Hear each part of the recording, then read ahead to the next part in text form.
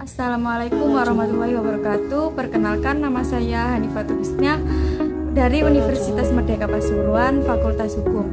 Di sini saya akan menjelaskan materi tentang bentuk konstitusi di Indonesia. Tugas ini diberikan oleh Bapak Ahmad Sukron SHMH selaku dosen pengampu mata kuliah Hukum Konstitusi.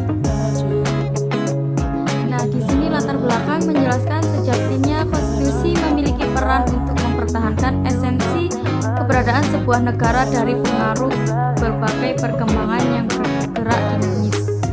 Oleh karena itu, konstitusi yang ideal adalah hasil dari penyesuaian dan penyempurnaan untuk mengikuti segala perkembangan khususnya yang berkaitan dengan keinginan hati nurani rakyat. Konstitusi umumnya merujuk pada penjaminan hak kepada warga masyarakat. Istilah konstitusi dapat diterapkan kepada seluruh hukum yang mendefinisikan fungsi pemerintahan negara. Materi yang pertama yaitu bentuk-bentuk konstitusi. Bentuk-bentuk konstitusi dibagi menjadi 4. Yang pertama, bentuk-bentuk konstitusi berdasarkan konstitusi itu sendiri. Yang pertama, konstitusi tertulis. Konstitusi tertulis yang dimaksud dengan konstitusi tertulis ialah konstitusi yang dituangkan dalam sebuah dokumen formal. Konstitusi tertulis suatu naskah yang menjabarkan, menjelaskan kerangka dan tugas-tugas pokok dari badan-badan pemerintahan serta menentukan cara kerja dari badan-badan pemerintahan tersebut. Yang kedua, konstitusi tidak tertulis atau suatu aturan yang tidak tertulis yang ada dan dipelihara dalam praktek penyelenggaraan negara di suatu negara tersebut. Materi yang kedua, bentuk konstitusi berdasarkan sifatnya. 1. Konstitusi lentur atau fleksibel. Konstitusi yang bersifat lentur di sini diartikan bahwa konstitusi dapat diubah melalui prosedur yang sama dengan prosedur membuat undang-undang pada negara yang bersangkutan. Yang kedua, konstitusi kaku. Konstitusi yang bersifat kaku hanya dapat diubah melalui prosedur yang berbeda dengan prosedur membuat undang-undang pada negara yang bersangkutan. Materi yang ketiga, bentuk konstitusi berdasarkan bentuk negara. Yang pertama, A. Bentuk konstitusi serikat. Jika kekuasaan dibagi antara pusat dan bagian pada suatu negara, maka masing-masing bagian bebas dari campur tangan satu sama lain. Nah, yang kedua, konstitusi kesatuan. Disebut konstitusi unitaris apabila pembagian kekuasaan antara pemerintah pusat dan daerahnya tidak sama dan tidak sederajat. Materi yang keempat, bentuk konstitusi berdasarkan sistem pemerintahan negaranya. Yang pertama, konstitusi sistem presidensial.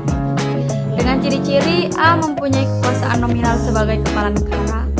B. Mempunyai presiden tidak dipilih langsung oleh dan legislatif. C. Presiden tidak termasuk pemegang kekuasaan legislatif. Yang ke D. Presiden tidak dapat membubarkan pemegang kekuasaan legislatif dan tidak memerintah diadakan pemilu. Nah, untuk yang kedua, konstitusi sistem parlementer dengan ciri-ciri kabinet yang dipimpin oleh Perdana Menteri dibentuk oleh atau berdasarkan kekuasaan-kekuasaannya menguasai parlemen. Yang kedua, para anggota kabinet mungkin seluruhnya atau sebagiannya adalah anggota parlemen. Yang ketiga, Perdana Menteri bertanggung jawab kepada parlemen. Yang keempat, kepala negara dengan untuk ciri-ciri yang keempat, kepala negara dengan saran atau nasihat Perdana Menteri dapat membubarkan parlemen dan memerintah diadakan pemilu. Nah, untuk materi selanjutnya, konstitusi yang dijalankan Indonesia saat ini. UUD sementara tahun 1950 ini pun kemudian digantikan kembali oleh UUD 1945 sejak dikeluarkannya dekret presiden pada tanggal 5 Juli 1959. Eksistensi konstitusi dalam kehidupan ketatanegaraan suatu negara merupakan suatu hal yang sangat mendasar karena tanpa konstitusi bisa jadi tak akan terbentuk sebuah negara. Dalam lintasan sejarah awal abad 21 ini hampir tidak ada negara yang tidak memiliki konstitusi. Hal ini menuju Pancasila sebagai alat yang digunakan untuk mengesahkan suatu kekuasaan dan mengibarkan Pancasila cenderung menjadi ideologi tertutup. Sehingga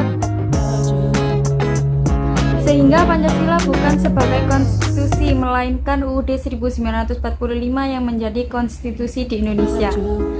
Nah, kesimpulannya yaitu konstitusi diartikan sebagai peraturan yang mengatur suatu negara, baik yang tertulis maupun tidak tertulis. Konstitusi memuat aturan-aturan pokok fundamental yang menopang berdirinya suatu negara. Antara negara dan konstitusi mempunyai hubungan yang sangat erat. Karena melaksanakan konstitusi pada dasarnya juga melaksanakan dasar negara. Konstitusi yang berlaku di Indonesia saat ini adalah Undang-Undang Dasar 1945. UUD 1945 berbentuk dokumen tertulis yang memuat hukum dasar dan pedoman pembentuk peraturan lainnya. Sekian dari saya, mohon maaf bila ada salah kata atau salah materi yang saya berikan. Saya pamit. Wassalamualaikum warahmatullahi wabarakatuh.